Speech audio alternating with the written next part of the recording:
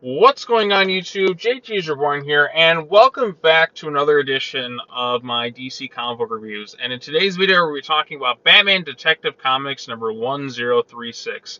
This one was written by Mariko Tamaki with art by Dan Mora.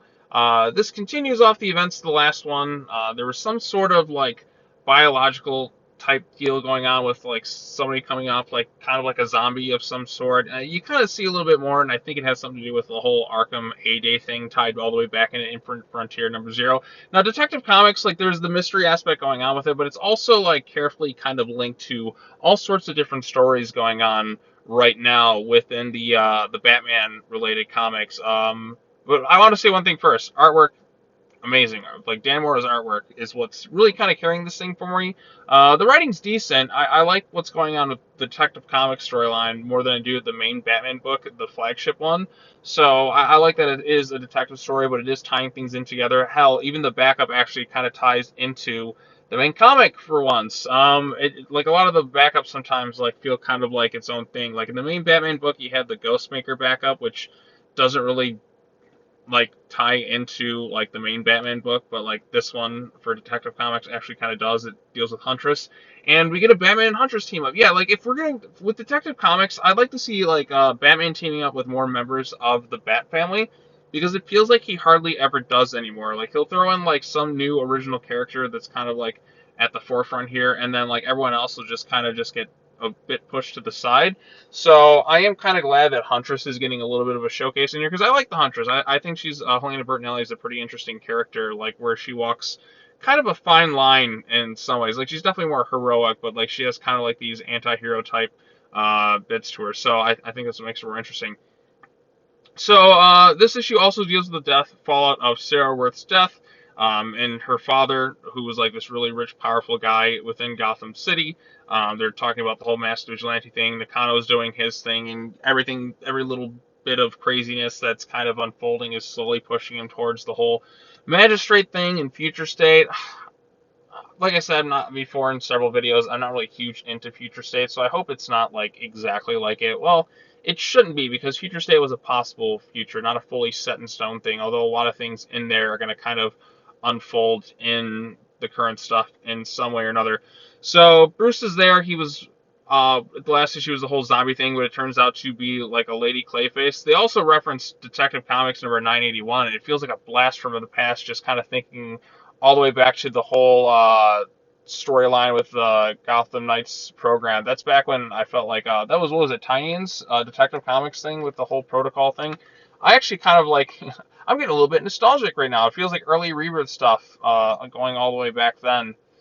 Wow, has it been that long? Man, I've been like rereading like DC stuff for the past couple of years. Like it feels like Rebirth just kind of happened, but it's been 5 years since Rebirth took off. So and like 5 years before that was the new 52. So it's like we're kind of like in a 5 year cycle of the normal kind of resets they've been doing for a while. But we have Lady Clayface here, and there's a lot of swearing in Mariko Tamaki's stuff. I've noticed there's always somebody who's like, "What the fuck, fuck, fuck, fuck, fuck, fuck, fuck, fuck, fuck," stuff kind of like that. That's kind of showcased within this. I better watch my language, or the whole ad suitability thing is going to get me. But there's definitely a little bit of cursing kind of thrown in throughout here, and we also have like Penguin's Men dealing with that. But we see that this whole like infection of something is kind of spreading throughout the city. God, this artwork is really great. And then you have Huntress there, who kind of teams up with Batman. They try and figure out what's going on with Lady Clayface, which brings them to this guy Neil. And she tells kind of her story in one of the mini Batcaves. As you can see, Sarah Worth's father is there, like really pressuring Nakano. This should probably get this guy in jail, but he's kind of like the head of things. But oh well. And we see Penguin's Men picking up one of the guys, and really some kind of like really like stuff that kind of grosses me out. It's almost like a parasitic infection going out of people's eyes, and like I don't know, something about that just makes me feel kind of a little bit gross and uneasy. There's something about like the whole like just making me think like maggots in somebody's eyes or something. That's like, oh, you can see it just looks. There's something about like horror with involving eyes. Like it just something about it just kind of gets to me. But anyways, he's kind of like a bit like infected here, and they see that he has blood on his hands, and it turns out that he had killed somebody else, and this is the body here, and that's all the way back up to I believe Bruce Wayne's place.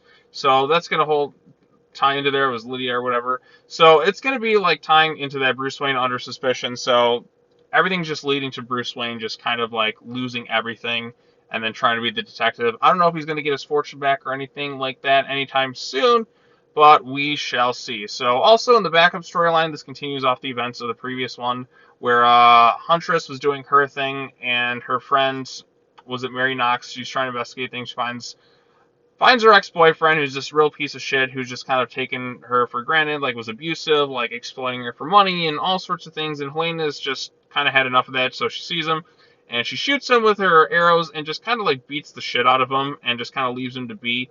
And he calls up Babs to like get this guy for credit card fraud, and then she plays with her new cat that she adopted, that was her friend Mary's. So that's pretty much that nutshell. Back up in a nutshell. In terms of Detective Comics, number 1036, like I said before, I'm kind of enjoying this book a little bit more than the main Batman book that's written by Tynion. I like the whole detective aspect of it, and I like the fact that other members of the Bat family are kind of being utilized. Plus, Dan Mora's art, it's tough because Jorge's art is really good, Dan Mora's art's really good, so the two main Batman books have such really stellar artwork that really just kind of elevates some of the shortcomings with bits of the writing, and to craft something that just looks really good. Like, this is something that you would want to have in your collection because it's really beautiful artwork, from the facial expressions to the shadows to the angles of everything. It's just really gorgeous to look at, and the colors too. Just everything just kind of pops really well for me. Like, look at Huntress. Look at her. She looks great. So overall consensus, I like this thing. Is it like mind blowing or anything like that? Like, is it like my favorite book going on at DC? No, not quite. Like, I'm enjoying this thing. I'm intrigued to follow along with it.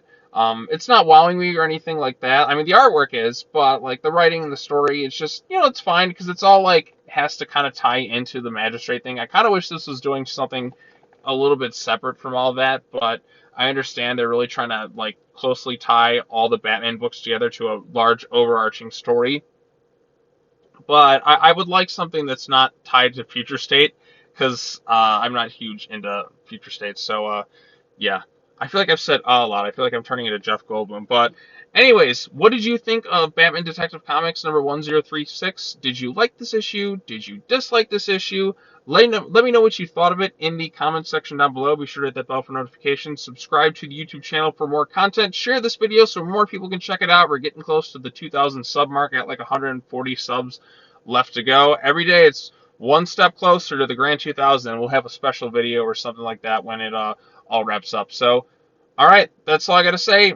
Thank you all so much for watching this video.